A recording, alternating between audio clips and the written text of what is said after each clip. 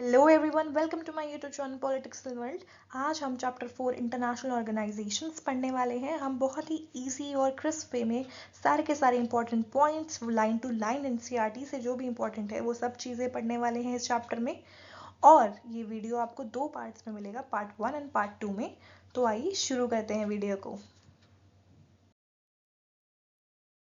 तो सबसे पहला टॉपिक जो इस चैप्टर का है वो है Y international organisations. International organisations क्यों क्यों इंटरनेशनल ऑर्गेनाइजेशंस ज़रूरी हैं, अंतर्राष्ट्रीय संगठन क्यों। तो जब भी हम कोई इंटरनेशनल ऑर्गेनाइजेशन के बारे में सुनते हो सबसे पहला दिमाग में हमारे जो नाम आता है वो है यूएन का नाम आता है हमारे दिमाग में। तो जो यूएन है उसको संयुक्त राष्ट्र कहा जाता है। ये वर्ल्ड में one of the most important international organisation है। बहुत बार इसको क्रिटिसाइज किया गया है इनफेक्टिवनेस के लिए इसकी, बट तब भी ये जो है ये one of the most important international organisation के रूप में उभर कर आता है वर्ल्ड लेवल पर। अब हम देखते हैं दो इम्पॉर्टेंट लोगों ने क्या कोटेशंस दी है अबाउट इंटरनेशनल ऑर्गेनाइजेशन, मतलब यूएन के बारे में क्या बोला है।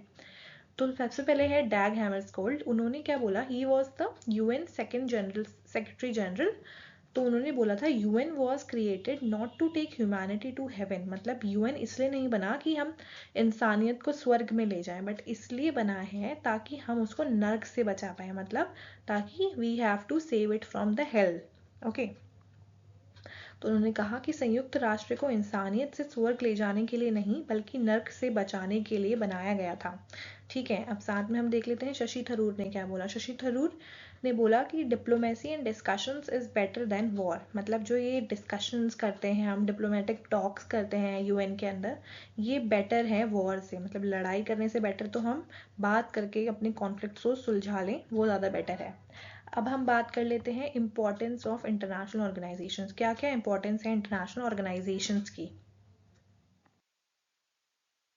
तो सबसे पहले है प्रिवेंट वॉर्स। ठीक है, जो ये यूएन है, जो इंटरनेशनल ऑर्गेनाइजेशंस होते हैं, ये युद्ध रोकते हैं ताकि हम बातचीत करके डिस्कशंस करके अपने कॉन्फ्लिक्ट को रिजॉल्व कर पाएँ। साथ में it help countries to cooperate for global progress, मतलब ग्लोबल प्रोग्रेस के लिए साथ में मिलकर देश जो हैं वो आर्थिक, सामाजिक और पर्यावरण के मुद्दों पर जो है वो बात कर पाएँ, उन इश्यूज पे टॉक्स कर पाएँ और कॉपरेट करें और ग्लोबल प्रोग्रेस कर पाएँ। साथ ही साथ it resolves conflict peacefully without war, मतलब शांतिपूर्ण तरीके से हम विवादों को सुलझा पाएँ। इसमें यूएन जो है वो बहुत महत्वपूर्ण भूमिका निभाता है। साथ में जो यूएन है वो कोई ग्लोबल गवर्नमेंट नहीं है, मतलब कोई ग्लोबल लेवल पे ऐसे कोई सरकार नहीं चला रहा है, बल्कि देश जो हैं, अलग अलग नेशन स्टेट्स जो हैं वो अपना सहयोग कर रहे हैं, साथ में आके रिस्पॉन्सिबिलिटी ले रहे हैं कि हमें अपनी कंट्री के लिए, हमें अपने वर्ल्ड के लेवल पर हमें पीस मेंटेन करना है, स्टेबिलिटी मेंटेन करनी है। ओके। अब हम बात कर लेते हैं need for global corporation. World level पे ना कुछ ऐसे इश्यूज हैं, कुछ ऐसे सर्टन इश्यूज हैं जहाँ पर हम अकेले उनको सॉल्व नहीं कर सकते, वहाँ पर हमें कलेक्टिव एक्शन लेना ज़रूरी है उन चीज़ों पे। जैसे कि डिजीज़ कंट्रोल, जैसे कि अभी कोरोना वायरस आया था, तो one country itself can't solve that problem. ठीक है, हमें ग्लोबल लेवल पर जो है उसके लिए एक्शन लेना पड़ा था, हमें ग्लोबल वैक्सीनेशन एफर्ट्स हमने किए थे।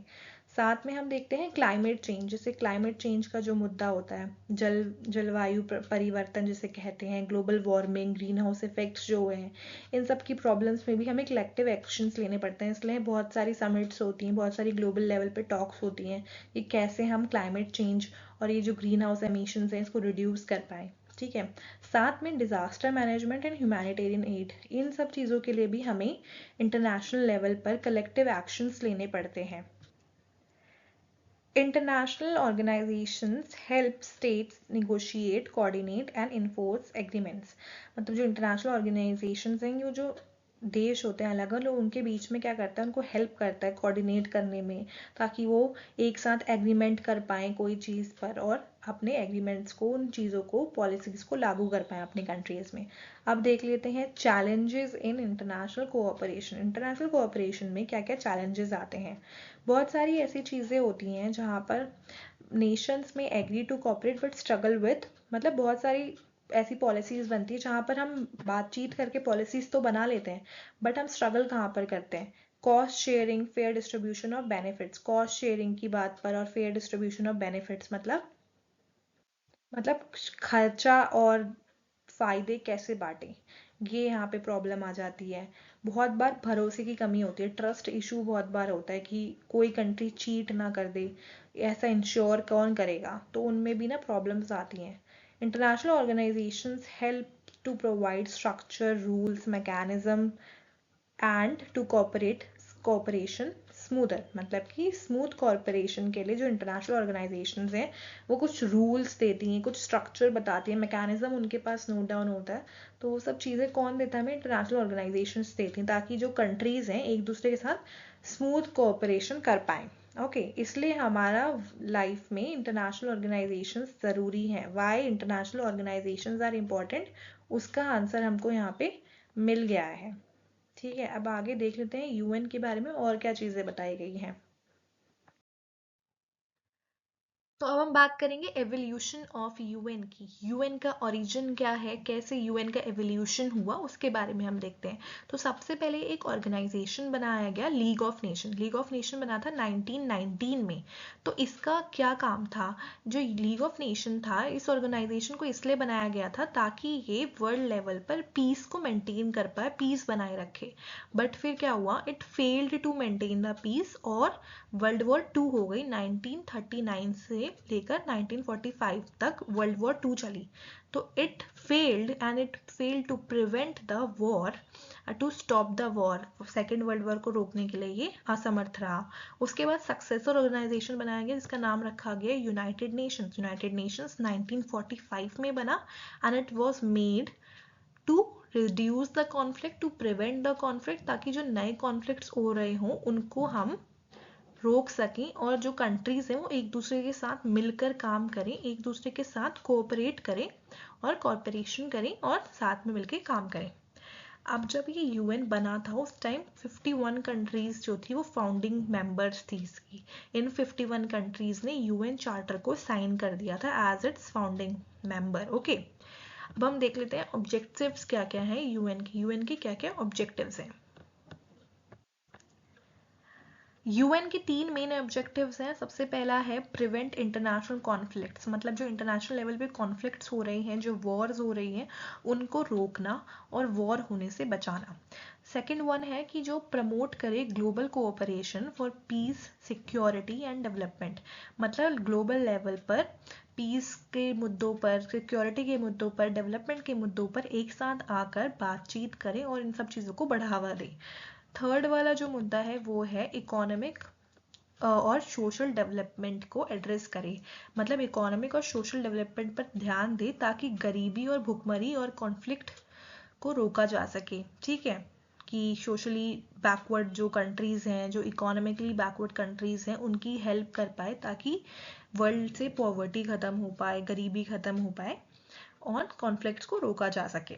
अब हम बात करते हैं मेंबर्स एंड स्ट्रक्चर्स। मेंबरशिप कैसे मिलती है यूएन की और क्या स्ट्रक्चर है? तो सबसे पहले 2011 के बाद से यूएन के अंदर कितने मेंबर्स हैं? 193 मेंबर स्टेट्स हैं और हर जो ये मेंबर्स हैं ये सारी इंडिपेंडेंट नेशंस हैं। ठीक है, अब जनरल असेंबली होती है यूएन के अंदर। एक यूएन की जनरल असेंबली के अंदर सारे के सारे जो मेंबर्स हैं 193 कंट्रीज, उनका एक एक वोट है, 1 वोट फॉर ईच कंट्री।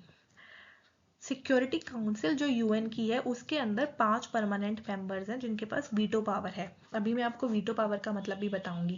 तो पहले जान लेते हैं 5 परमानेंट मेंबर्स कौन कौन है। सबसे पहले है United states, Russia, UK, United kingdom, France and China.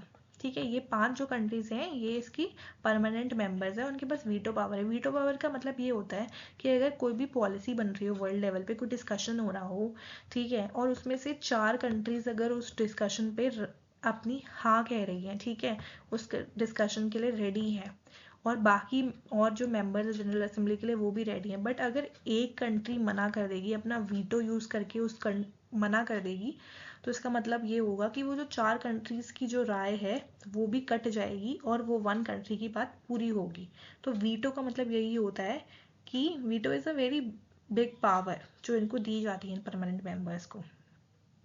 अब ये जो 5 कंट्रीज़ हैं, ये कैसे जो है सिक्योरिटी काउंसिल के परमानेंट मेंबर्स बने। ये पांचों कंट्रीज़ वही मोस्ट पावरफुल नेशंस हैं जो सेकेंड वर्ल्ड वॉर के बाद जो जीते थे वर्ल्ड वॉर सेकेंड, उसके बाद उभर कर निकले थे as a most powerful nations. ये 5 कंट्रीज़ वही हैं। अभी बहुत सारी डिबेट्स ऐसे चल रही हैं कि इंडिया ऑल्सो डिमांड्स कि उसको भी इन 5 परमानेंट मेंबर्स में जगह मिले, उसको भी मेंबरशिप मिले सिक्योरिटी काउंसिल की परमानेंटली। और बहुत सारी Latin American countries like Brazil भी ऐसी डिमांड करता है कि उसको भी मिले, साउथ अफ्रीका, बहुत सारी और कंट्रीज़ हैं। ऐसी डिबेट्स अभी चल रही हैं, बट अभी currently there are only 5 permanent members. और this question is often asked in exams कि कौन कौन सी 5 परमानेंट मेंबर्स हैं यूएन सिक्योरिटी काउंसिल की। ओके, तो you have to learn it. करते हैं लीडरशिप ऑफ यूएन। लीडरशिप क्या है, मतलब कौन लीडर है यूएन का इस टाइम। सेक्रेटरी जनरल कौन है? सेक्रेटरी जनरल जो है यूएन के मोस्ट विजिबल लीडर है, मतलब कि जो हेड होता है यूएन का, ही इज सेक्रेटरी जनरल। तो करंटली सेक्रेटरी जनरल 2017 से कौन है? एंटोनियो गुटेरेस हैं। This is also often asked in exam that who is the secretary general of UN. तो this is the answer, Antonio Guterres. He is from Portugal. ठीक है, अब हम देख लेते हैं UN agencies and their work. UN के अंदर ना बहुत सारी और ऑर्गेनाइजेशंस भी हैं जो यूएन का पार्ट है। ये इनका क्या काम है और ये कौन कौन सी ऑर्गेनाइजेशंस हैं।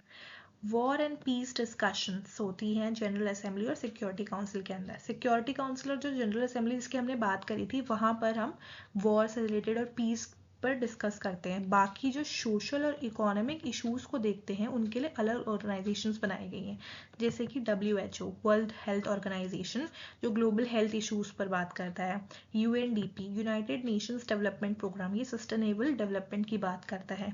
UNHRC human right commission, UN का ह्यूमन राइट कमीशन है जो ह्यूमन राइट्स को प्रोटेक्ट करने की बात करता है।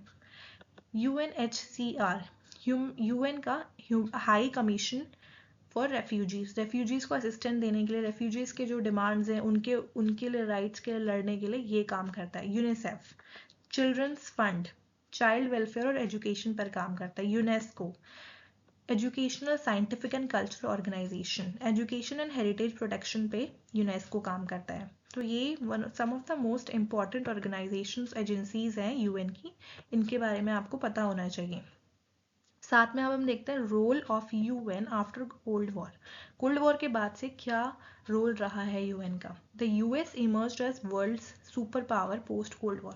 जो यूएस था वो वर्ल्ड का सुपर पावर बन गया था। आपको पता है कोल्ड वॉर के बाद वर्ल्ड जो था वो यूनिपोलर हो गया था। उसके बाद the UN now serve as a platform to discuss balance US influences globally. जो यूएन है ये एज अ ग्लोबल प्लेटफॉर्म देता है हमको कि हम डिस्कस कर पाए, मतलब वर्ल्ड लेवल पे जो लीडर्स हैं अलग अलग कंट्रीज के, वो इस प्लेटफॉर्म पे आकर अपनी बात रखते हैं। ठीक है, and it balance US influence globally. Global level पे यूएस का जो इन्फ्लुएंस है उसको भी ये बैलेंस करता है यूएन। ओके,